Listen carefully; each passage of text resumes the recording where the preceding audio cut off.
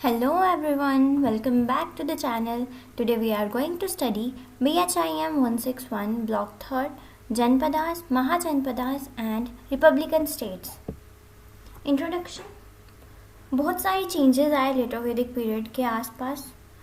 लोग अब एक जगह से दूसरी जगह भटकने के बजाय परमानेंट विलेजेस और टाउन्स में रहने लगे. लोहे के औजारों से खेती आसान हो गई और बड़े बड़े जंगल साफ किए गए, जिससे ट्रेड और बिजनेस बहुत बढ़ा. जनपदास से महाजनपदास तक जैसे जैसे विलेजेस बड़े और पावरफुल होते गए तो जनपदास तो बन गए. बाद में यही जनपदास और बड़े होकर महाजनपदास बन गए. New systems. इस दौरान नए सिटीज, पावरफुल किंगडम्स और घनराज मतलब रिपब्लिकन स्टेट्स का जन्म हुआ. रिलीजन. इस समय बुद्धिज्म और जैनिज्म जैसे नए रिलीजन की शुरुआत हुई. Importance of this period. ये पीरियड इसीलिए खास है क्योंकि इसी ने आगे चलकर मगध एम्पायर और मौर्यन एम्पायर के रास्ते खोले. What is a जनपदा? जनपदा क्या है? जनपदा वर्ड दो संस्कृत वर्ड से मिलकर बने हैं. जना मतलब लोग या कोई ट्राइब, पदा मतलब फेयर, फुट या कोई जगह, कोई लैंड. ठीक है. फाइनल मीनिंग क्या है? वो जमीन या जगह जहाँ कोई ट्राइब सेटल हो गई हो और वहाँ रहने लगी हो. ठीक है. शुरुआत कैसे हुई? अर्ली वैदिक पीरियड. शुरुआत में लोग ट्राइब्स में रहते थे और एक जगह से दूसरी जगह घूमते थे. वक्त के साथ ही ट्राइब्स एक जगह परमानेंटली रहने लगी. उन्होंने फार्मिंग शुरू की, विलेजेस बनाए और छोटे छोटे किंगडम्स खड़े किए. इन्हीं किंगडम्स को जनपदास कहते हैं. जनपदास एंशियंट इंडिया की पहली ऑर्गेनाइज्ड पॉलिटिकल यूनिट्स थी, यानी यहाँ पर प्रॉपर सिस्टम शुरू हुआ. जनपदा के मेन पार्ट्स क्या हैं? हर जनपदा के अंदर ये सब चीज़ें होती हैं. क्या होता है? एक किंग और रूलर, एक राजा और जो पूरे एरिया को चलाता था. कैपिटल सिटी, एक मुख्य शहर जहाँ से गवर्नेंस होती थी. विलेजेस, छोटे छोटे गांव जहाँ आम लोग रहते थे. फार्मर्स, किसान जो खेती करते थे. ट्रेडर्स, व्यापारी जो बिजनेस करते थे. सोल्जर्स, सैनिक जो किंगडम की रक्षा करते थे, प्रोटेक्शन करते थे. ठीक है. Features of Janapadas. Permanent settlement. लोग अब नोमैडिक जिंदगी छोड़कर एक ही जगह घर बनाकर रहने लगे थे. एग्रीकल्चर. खेती इस समय का सबसे मेन ऑक्यूपेशन पैसा कमाने और पेट भरने के जरिया बन चुका था. ठीक है. क्रॉप्स. लोग अलग अलग तरह की फसलें उगाते थे, जैसे rice, wheat, barley, pulses. Iron tools. लोहे के आने से फार्मिंग और लाइफ में काफ़ी बदलाव आया. लोहे की कुल्हाड़ियों की मदद से बड़े बड़े जंगलों को साफ किया गया. ठीक है. आयरन प्लव्स. लोहों के हल से ज़मीन की खुदाई आसानी हो गई, जिससे फार्मिंग बेहतर हो गई. रिजल्ट. इन सब चीज़ों की वजह से फूड प्रोटेक्शन बहुत ज़्यादा बढ़ गई. ट्रेड. लोग अपने पास के दूसरे गांवों और टाउन्स के साथ चीज़ों का लेन देन करने लगे. मार्केट्स. धीरे धीरे इस लेन देन से नए बाजार डेवलप हो गए. किंगशिप. हर जनपदा के रूलर या राजा को राजन कहा जाता था. राजा का मेन काम अपने लोगों की रक्षा करना और राज्य में लॉ एंड ऑर्डर मेंटेन करना होता था. ठीक है. Rise of mahajanapadas. 16th century BCE तक आते आते कुछ जनपदास दूसरों से ज़्यादा ताकतवर हो गए. उन्होंने क्या किया? उन्होंने दूसरे राज्य से युद्ध जीते, अपने साम्राज्य को बड़ा किया, टैक्सेस कलेक्ट किए, बिल्ट लार्जर आर्मीज. उन्होंने बड़ी बड़ी आर्मीज बना दी. Better administration. राज्य को चलाने के लिए एक बेहतर और ऑर्गेनाइज सिस्टम तैयार किया. ठीक है. डेफिनेशन क्या है? इन्हीं बड़े और पावरफुल स्टेट्स को महाजनपदास कहा जाता है. ठीक है. मीनिंग. महाजनपदा वर्ड का मतलब होता है great kingdom. Ancient Buddhist text जैसे कि अंगुत्तारा निकाय में ऐसे 16 जनपदास का जिक्र मिलता है. What did the Mahajanpadas rise? Why did? Use of iron. लोहे के औजारों से खेती बड़ी बेहतर हुई. इस वजह से फूड प्रोडक्शन बहुत ज़्यादा बढ़ गई, जिसने इन राज्यों को अमीर और मजबूत बना दिया. ठीक है. फिर एग्रीकल्चर. बेहतर फार्मिंग टेक्निक से फूड प्रोडक्शन बहुत बढ़ गया. ज़्यादा खाना होने का मतलब है कि अब एक ही जगह पर बहुत सारे लोग मिलकर रह सकते हैं, जिससे बड़े टाउन्स बने. ठीक है. ट्रेड. व्यापार बढ़ने से राज्य में पैसा और समृद्धि आई. रिच मर्चेंट्स, व्यापारी धीरे धीरे और ज़्यादा अमीर होते गए। अर्बनाइजेशन, इस बिजनेस के चलते नए बाज़ार और बड़े शहर डेवलप हुए। स्ट्रॉन्ग किंग्स, कुछ रूलर्स ने बहुत ही पावरफुल और बड़ी सेनाएं तैयार कर दी। उन्होंने इन आर्मीज की मदद से आसपास के छोटे स्टेट्स पर कब्जा कर लिया और अपने साम्राज्य को एक्सपैंड कर लिया। टैक्स कलेक्शन, राजा अब किसानों और व्यापारियों से रेगुलर टैक्स वसूल करते थे। इस टैक्स के पैसे का इस्तेमाल किंगडम को और मजबूत करने, आर्मी को मेंटेन करने और एडमिनिस्ट्रेशन चलाने में होता था। ठीक है। The 16th mahajanapadas, ancient Buddhist text के मुताबिक उस दौरान पूरे देश में 16 बड़े और पावरफुल महाजनपदास हुआ करते थे। ठीक है। फर्स्ट है अंगा, जिसकी कैपिटल थी चंपा। अंगा राज्य की कैपिटल चंपा थी, जो ट्रेड के लिए बहुत फेमस थी। मगध सबसे पावरफुल साम्राज्य था। इसकी शुरुआती कैपिटल राजागृहा थी। ठीक है। बाद में पाटलिपुत्रा बनी थी। ठीक है। काशी वाराणसी थी इसकी। कोसाला सरस्वती, वज्जी वैशाली। ठीक है। मल्ला कुशीनगर, मल्ला भी एक रिपब्लिक था। इसकी कैपिटल कुशीनगर थी, जहां गौतम बुद्ध को महापरिनिर्वाणा मिला था, मतलब डेथ हुई थी उनकी। छिड़ी शुक्तिमाती, वत्सा कौशंबी, कुरु इंद्रप्रस्था, पांचाला अहिचत्तारा, मत्स्या विराटनगरा, सुरसेना मथुरा, अवंती उज्जैन, गांधारा तक्षशिला, कंबोजा राजापुरा। ठीक है। नेक्स्ट क्या है इंपॉर्टेंट महाजनपदास।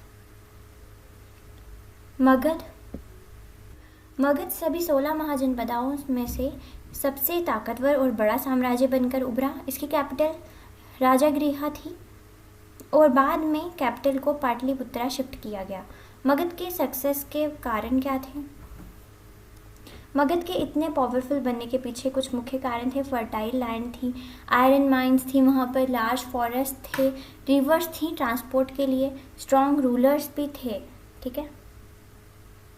नेक्स्ट क्या है कोसाला, इसकी कैपिटल थी श्रावस्ती।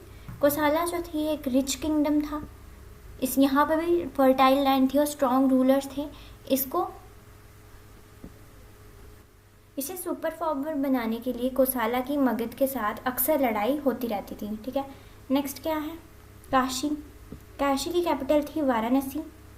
वेल्दी स्टेट थी ये भी। काशी टेक्सटाइल और अलग अलग तरह के ट्रेड की वजह से बहुत अमीर स्टेट बन गया था। बाद में कोसाला राज्य ने काशी पर हमला करके उसे अपने साम्राज्य में मिला लिया। नेक्स्ट है अवंती की कैपिटल है Ujjain.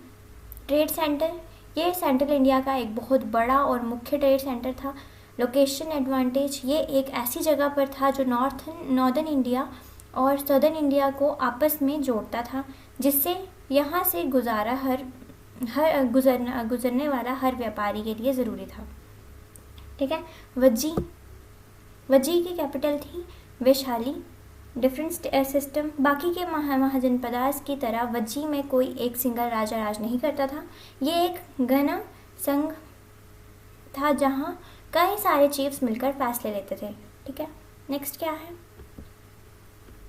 What were Republican states. सारे के सारे महाजनपदास में मोनार्की नहीं थी, यानी सभी जगह एक राजा का राज नहीं था। गणराज्य, कुछ स्टेट्स को गणराज्य या रिपब्लिक्स कहा जाता था। इन स्टेट्स में सिस्टम कैसे चलता था? यहाँ पर कोई एक अकेला राजा पूरी तरह ताकत के साथ राज नहीं करता था। ग्रुप्स ऑफ लीडर्स होते थे जो मिलकर पूरे स्टेट को चलाते थे या गवर्न करते थे। कोई भी मुख्य फैसला लेने के लिए सभी लीडर्स एक जगह इकट्ठे होते थे और असेंबलीज में डिस्कस कर लेते थे। गणराज्य वर्ड का मीनिंग क्या है? गणराज्य जो है वो 2 शब्दों से मिलकर बना है। गण इसका मतलब है ग्रुप, राज्य का मतलब स्टेट। फाइनल मीनिंग क्या हो गया? गणराज्य का मतलब हुआ एक ऐसा स्टेट जिसे लोगों का एक ग्रुप मिलकर चलाता है। ठीक है। नो हेरिडेटरी किंग, मोनार्की की तरह यहाँ पावर किसी एक ही खानदान या फैमिलीज के पास नहीं रहती थी। असेंबली सिस्टम, सारे मुख्य और इम्पॉर्टेंट मामलों पर पहले प्रॉपर मीटिंग्स में बातचीत होती थी। किसी भी बड़े डिसीजन पर पहुंचने से पहले सभी मेंबर्स आपस में वोट करते थे। शेयर्ड एडमिनिस्ट्रेशन, राज्य का कामकाज देखने के लिए बहुत सारे लीडर्स एक साथ मिलकर काम करते थे। नो एब्सोल्यूट पावर, किसी भी एक सिंगल इंसान के पास पूरी की पूरी ताकत, कंप्लीट पावर नहीं होती थी। कलेक्टिव डिसीजन मेकिंग, राज्य के सारे कानून और पॉलिसीज किसी एक के कहने पर नहीं बल्कि सभी के द्वारा कलेक्टिवली बनाए जाते थे। ठीक है। वज्जी, इम्पॉर्टेंट रिपब्लिकन स्टेट्स कौन सी थी? वज्जी, जिसकी कैपिटल है विशाली। ये उस समय के सबसे शक्तिशाली और मजबूत रिपब्लिक्स में से एक थी। मल्ला, इसकी राजधानी है कुशीनगर। ये भी उस दौरान का एक बहुत ही मशहूर और मुख्य रिपब्लिकन स्टेट था। शाक्यास, इसकी थी किपाल वस्तु। ये क्लैन इसीलिए बहुत इम्पोर्टेंट है क्योंकि गौतम बुद्धा का जन्म शाक्य क्लैन में ही हुआ था। ठीक है। नेक्स्ट, लिच्छावीस वज्जी कॉन्फेडरेसी का एक बहुत ही मुख्य और पावरफुल क्लैन थे। वो अपने डेमोक्रेटिक स्टाइल ऑफ गवर्नेंस के लिए पूरे क्षेत्र में जाने जाते थे। Economic changes during this period, इस समय के दौरान इकोनॉमी में बहुत सारे बड़े और महत्वपूर्ण बदलाव आए थे। एग्रीकल्चर, आयरन टूल्स, लोहे के औजार, के इस्तेमाल से फार्मिंग बहुत आसान और तेज़ हो गई थी। सरप्लस फूड, इस वजह से लोग अब अपनी ज़रूरत से ज़्यादा यानी सरप्लस फूड उगाने लगे थे। ट्रेड, रैपिड एक्सपेंशन, बहुत तेज़ी से बड़ा और फैलना शुरू हुआ। अलग अलग रीजन्स के बीच चीज़ों का लेन देन और बार्टर सिस्टम बहुत ज़्यादा बढ़ गया था। कॉइन्स, पंच मार्क्ड कॉइन्स, इस पीरियड में पंच मार्क्ड कॉइन्स का इस्तेमाल होना शुरू हो गया था। इस सिक्कों की वजह से ट्रेड करना बार्टर सिस्टम से बहुत ज़्यादा आसान हो गया।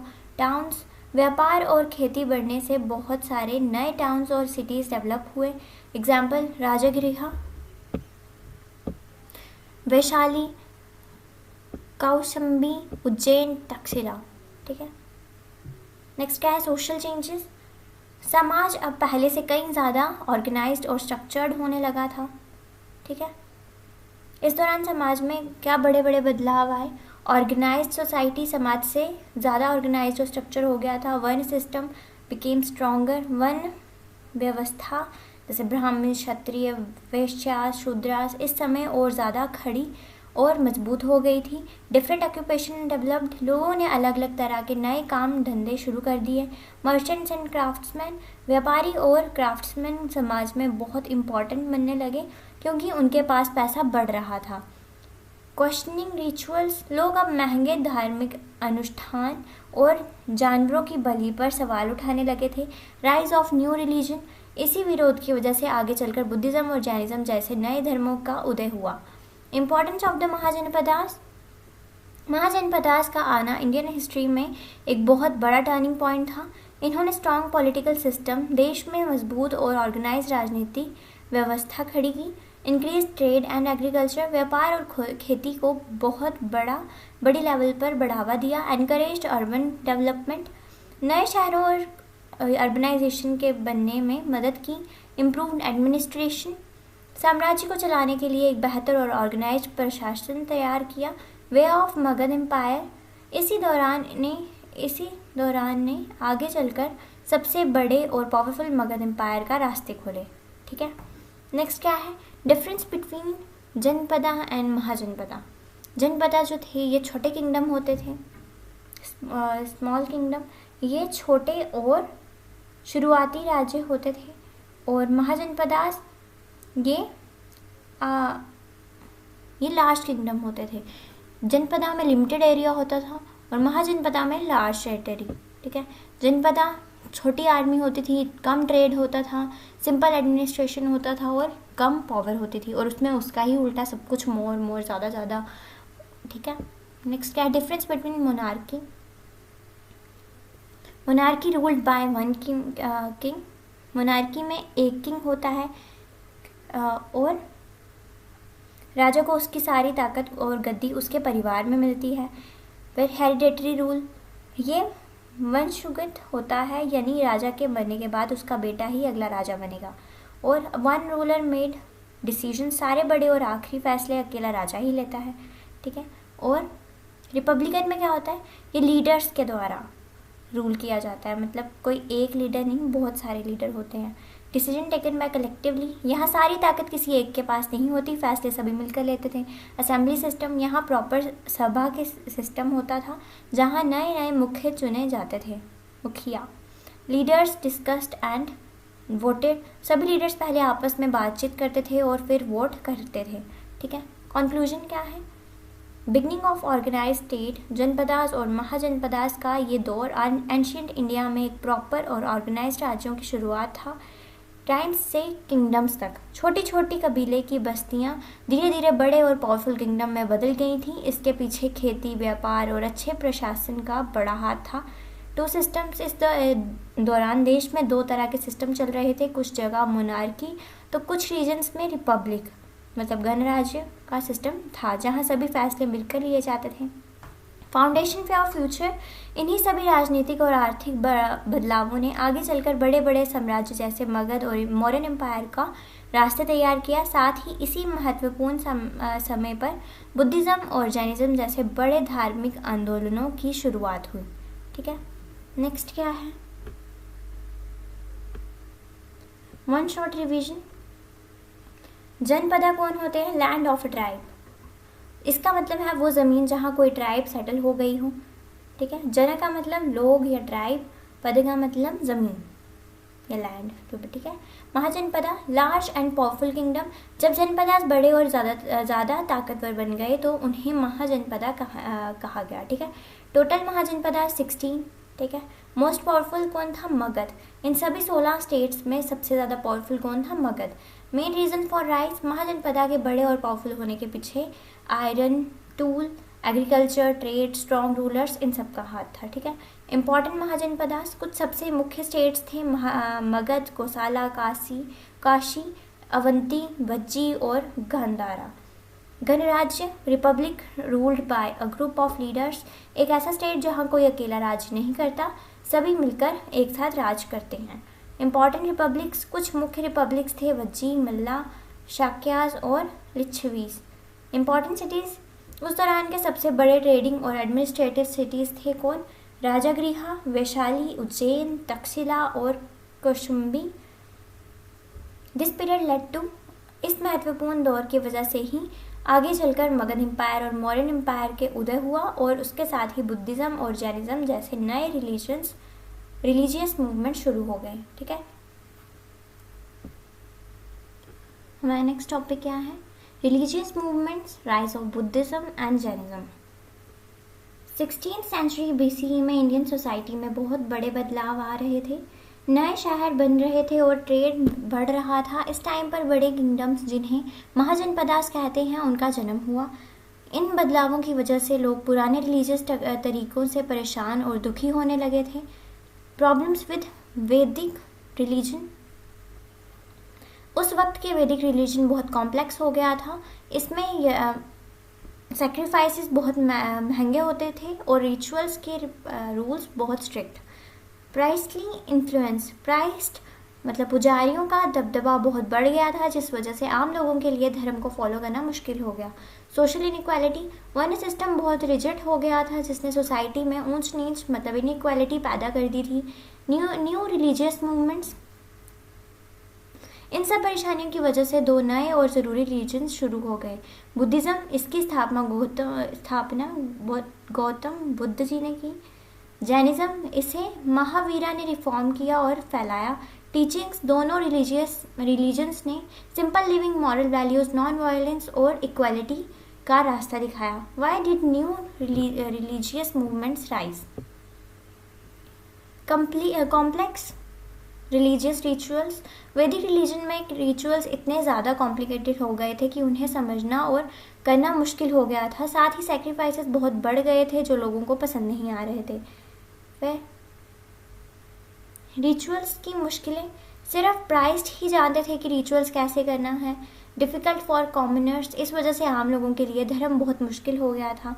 डिज़ायर फॉर सिंप्लिसिटी, लोग एक सिंपल और प्रैक्टिकल धर्म चाहते थे। एनिमल सेक्रीफाइसेस, रिलीजियस सेरेमनीज के दौरान बहुत सारे जानवरों की बलि दी जाती थी। जो लोग नरम दिल थे उन्होंने इस प्रथा का विरोध किया। लोग ऐसे धर्म चाहते थे जो प्यार और नॉन वायलेंस पर आधारित हो। स्ट्रिक्ट वर्ण सिस्टम, सोसाइटी 4 अलग अलग वर्नास में बटी हुई थी। लोअर वर्नास के पास कम राइट्स थे और उन्हें भेदभाव झेलना पड़ता था। बहुत से लोग समाज में इक्वालिटी और रिस्पेक्ट चाहते थे। ग्रोइंग पावर ऑफ प्राइस्ट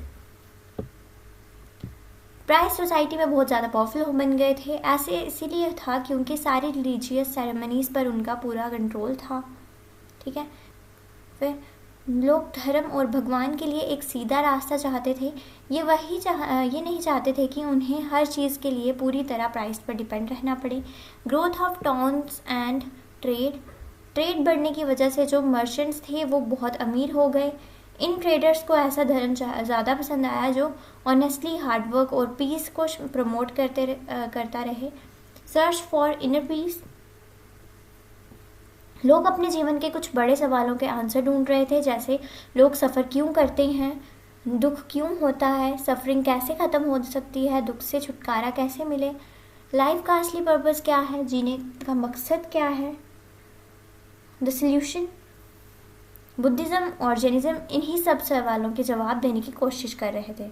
ठीक है, फिर क्या आया, बुद्धिज़्म। फाउंडर ऑफ बुद्धिज़्म का फाउंडर गौतम बुद्ध थे। उनका ओरिजिनल नेम था सिद्धार्थ गौतमा। क्लैन, ये शाक्य क्लैन से बिलोंग करते थे। Early life of Buddha, birth year 563 BCE में हुआ था। बर्थ प्लेस लुम्बिनी, नेपाल में। फादर शुद्धोना, मदर माया, वाइफ यशोधरा थी, सन राहुला थे। रॉयल लाइफ, सिद्धार्थ महल में एक बहुत ही आरामदायक मतलब कंफर्टेबल और सुविधाओं वाली लाइफ जीते थे। फादर्स विश, उनके पिता चाहते थे कि सिद्धार्थ एक बहुत बड़े और महान राजा बने। ठीक है, the four sides living the palace. एक दिन सिद्धार्थ अपने महल से बाहर निकले और उन्होंने 4 चीज़ें देखी। एन ओल्ड मैन, एक बूढ़ा आदमी, अ सिक मैन, एक बीमार आदमी, अ डेड मैन, एक मरी हुई लाश, अ होली मॉन्क, एक सन्यासी। रियलाइजेशन, इन दृष्टियों को देखकर उन्हें एहसास हुआ कि बुढ़ापा, बीमारी, मौत इंसान के जीवन का हिस्सा है। डिसीजन, उन्होंने क्या डिसीजन लिया, उन्होंने ट्रुथ को खोजने का फैसला किया। The great रेन्यूसिएशन। 29 साल की उम्र में सिद्धार्थ ने अपने महल, परिवार और सारी दौलत छोड़ दी। इस बड़े त्याग की घटना को द ग्रेट रियूनियन कहा जाता है। ये ज्ञान और सच्चाई की खोज में एक भटकते हुए साधु बन गए। एनलाइटमेंट, बहुत सालों तक सिद्धार्थ ने ध्यान किया और बहुत कठिन तपस्या की। ठीक है, फिर आखिरकार बोध गया में एक बोधि ट्री मतलब पीपल के पेड़ के नीचे मेडिटेशन करते हुए उन्हें सच का ज्ञान मिला। इस ज्ञान प्राप्ति के बाद उन्हें बुद्धा कहा गया, जिसका मतलब होता है द एनलाइटेड वन। ठीक है, फर्स्ट sermon, बुद्धा ने अपने सबसे पहला उपदेश सारनाथ में दिया था। इस इवेंट को धर्मचक्र परिवर्तना कहा जाता है, जिसका मतलब होता है turning of the wheel of धर्म।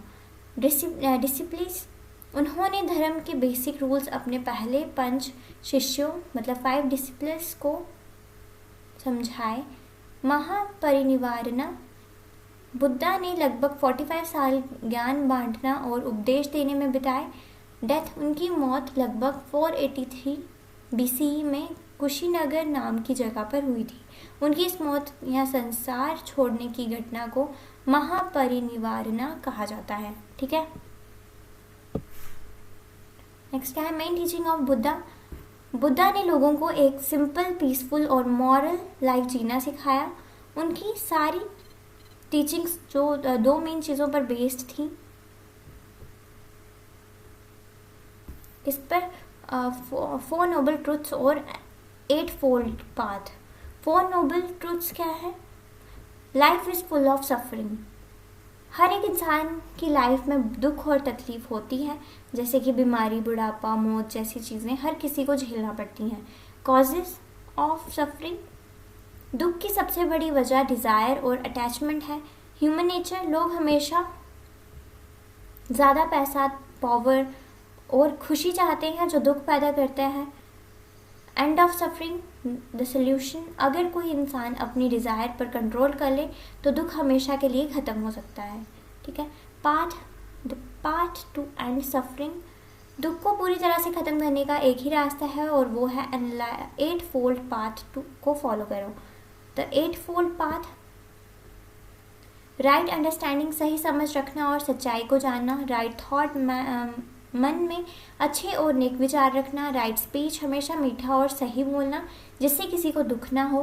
राइट एक्शन, अच्छे काम करना और किसी को नुकसान ना पहुंचाना। राइट लिवलीहुड, ईमानदारी से अपनी रोजी रोटी कमाना। राइट एफर्ट, हमेशा अच्छे कामों के लिए कोशिश करते रहना। राइट माइंडफुलनेस, अपने ध्यान को सही जगह रखना और हमेशा अलर्ट रहना। राइट कंसंट्रेशन, सही तरीके से मेडिटेशन करना और मन को शांत रखना। रिजल्ट, इन रूल्स को फॉलो करने से इंसान को निर्वाणा मिलता है, जो कि एक ऐसी स्टेट है जहाँ कोई दुख नहीं होता। ठीक है। Other teachings of Buddha, non violence पर विश्वास रखना और किसी जीव को ना सताना। ट्रुथ, हमेशा सच बोलना। ऑनेस्टी, चोरी या ना करना।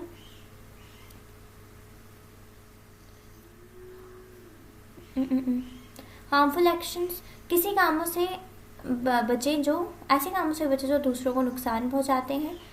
काइंडनेस, सभी जीव जंतुओं और इंसानों के प्रति दयालु भाव रखें। मिडिल पाथ, हमेशा बीच के रास्ता अपनाएं, ना ज़्यादा ओरोस आराम में रहे और ना ही बिल्कुल कठिन तपस्या करें। मिडिल पाथ,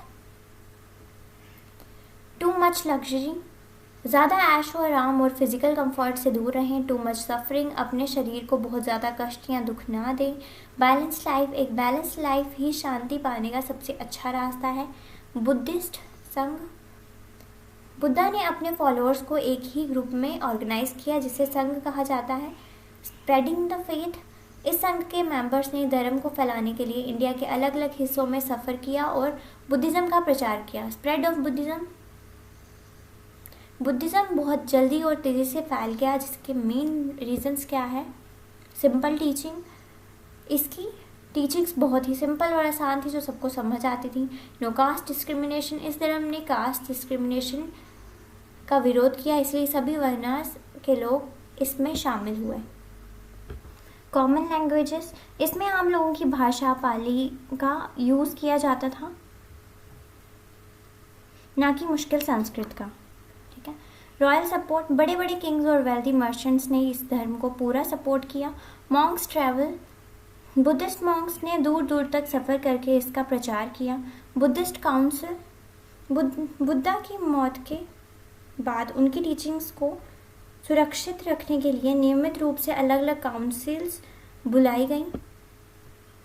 फर्स्ट काउंसिल, ये राजगीर में हुई थी। पर्पस,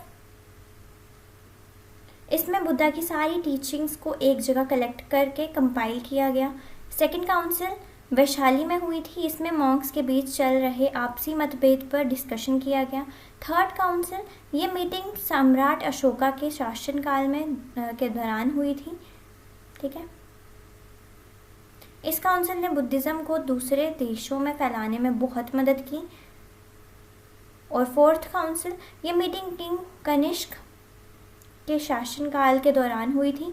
इस काउंसिल के बाद बुद्धिज़्म सेंट्रल एशिया में और आगे तक फैल गया। सेक्ट्स ऑफ बुद्धिज़्म, बाद में चलकर बुद्धिज़्म को दो मेन सेक्ट्स में बांट किया गया। हिनायाना, ये लोग बुद्धा को एक महान शिक्षक मानते थे, भगवान नहीं। ये बुद्धा की शुरुआती और असली टीचिंग्स को ही फॉलो करते थे। महायाना, ये लोग बुद्धा को एक भगवान की तरह पूछते थे। ये लोग पर विश्वास करते थे, वो लोग जो दूसरों को ज्ञान पाने में मदद करते हैं। ठीक है। Importance of Buddhism. बुद्धिज़्म की वजह से सोसाइटी में बहुत सारे पॉजिटिव बदलाव आए थे। पीस एंड नॉन वायलेंस, इसमें शांति और अहिंसा को बढ़ावा दिया। कास्ट डिस्क्रिमिनेशन, इस धर्म ने जात पात को भेदभाव का पूरा विरोध किया। ठीक है। एजुकेशन एंड लर्निंग, इसने पढ़ाई लिखाई और शिक्षा को एनकरेज किया, जिससे बड़े लर्निंग सेंटर खुले। इक्वालिटी, इसने सोसाइटी में सबको बराबर समझने का सपोर्ट किया। आर्ट एंड आर्किटेक्चर, इसका इंडियन आर्ट और बिल्डिंग्स डिज़ाइन पर बहुत बड़ा असर पड़ा, जिससे स्टूपास और मोनेस्ट्रीज बनाए गए। इस धर्म की वजह से कल्चर स्प्रेड, इस धर्म की वजह से इंडियन कल्चर दूर दूर के देशों में फैल गया, जिसे Sri Lanka, China, Japan, Korea, Myanmar और थाईलैंड। नेक्स्ट क्या है कंक्लूजन। बुद्धिज़्म का जन्म 16th सेंचुरी BCE में हुआ था, जब लोग कॉम्प्लेक्स रिचुअल्स और सोशल इनइक्वालिटीज़ से परेशान थे। गौतम बुद्ध ने सिखाया कि सफरिंग लाइफ का एक हिस्सा है, पर इस पर जीत पाई जा सकती है 4 नोबल ट्रुथ्स और 8 फोल्ड पाथ को फॉलो करके। उनकी सिंपल टीचिंग्स जैसे दयालु रहना, बराबरी और बीच का रास्ता, मतलब मिडिल पाथ, ने बहुत सारे लोगों को अट्रैक्ट किया, और इस वजह से बुद्धिज़्म दुनिया के सबसे बड़े रिलीजन में से एक बन गया। ठीक है। नेक्स्ट क्या है, वन शॉर्ट रिविजन। फाउंडर कौन थे बुद्धिज़्म के? गौतम बुद्ध, जिनके बचपन का नाम सिद्धार्थ गौतमा था। बर्थ 563 BCE में लुम्बिनी में हुआ था। फादर का नाम शुद्धोधना था। मदर का नाम माया था। वाइफ यशोधरा थी। सन राहुला। एनलाइटमेंट बोध गया में बोधि ट्री के नीचे। फर्स्ट सरमन, उन्होंने अपना सबसे पहला उपदेश सारनाथ में दिया था। डेथ कुशीनगर में हुई थी। 4 noble truth, suffering, cause and path. ठीक है। एंड 8 फोल्ड पाथ क्या थे? Right understanding, thought, speech, action, livelihood, effort, mindfulness, concentration. Language कौन सी थी? Pali. Main idea non violence, equality, truth and middle path. Main sects Hinayana और महायाना। ठीक है। अब हमारा नेक्स्ट टॉपिक क्या है? Comparison between Buddhism and Jainism and there impact. Buddhism, इसके फाउंडर कौन थे? गौतम बुद्ध। और जैनिज्म के महावीरा। बुद्धा कहाँ पे? लुम्बिनी में उनका जन्म हुआ था, और इनका कुंदागरमा। ठीक है। इनका मेन एम था निर्वाणा का, और इनका था मोक्ष का। इन्होंने मिडिल पाथ फॉलो किया। इन्होंने स्ट्रिक्ट सेल्फ डिसिप्लिन फॉलो किया। ठीक है। मेन टीचिंग्स इनकी क्या थी? 4 noble truths and 8 fold path, और इनकी 5 great vows, 5 mahavratas. Used Pali language, और इन्होंने प्राकृत ओके अपोज्ड, इन्होंने कास्ट डिस्क्रिमिनेशन को अपोज किया। इन्होंने भी यही कहा कि इक्वालिटी होनी चाहिए, कास्ट डिस्क्रिमिनेशन नहीं होनी चाहिए। Spread to many countries like Sri Lanka, China, Japan and Thailand. ये स्प्रेड सिर्फ इंडिया में, इंडिया के डिफरेंट पार्ट्स में। ठीक है। Similarities between Buddhism and Jainism. दोनों ही धर्मों की शुरुआत 16th सेंचुरी BCE में हुई थी। दोनों ने ही महंगे रीति रिवाजों और जानवरों की बलि का विरोध किया था। दोनों ही धर्मों ने अहिंसा यानी किसी को चोट न पहुंचाने पर जोर दिया था।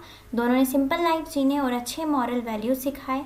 दोनों ही धर्मों ने जात पात के भेदभाव का सख्त विरोध किया। कर्मा, दोनों धर्मों का मानना था कि इंसान के अच्छे कर्म सबसे ज़्यादा इम्पोर्टेंट होते हैं।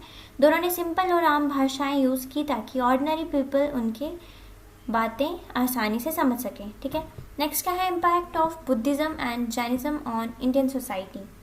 स्प्रेड ऑफ नॉन वायलेंस, दोनों रिलीजन्स ने लोगों को वायलेंस से दूर रहना और सभी लिविंग बींग्स के प्रति दया दिखाना सिखाया। इक्वालिटी, इन्होंने कास्ट सिस्टम का विरोध किया और सभी को बराबर रिस्पेक्ट देने का प्रमोट किया।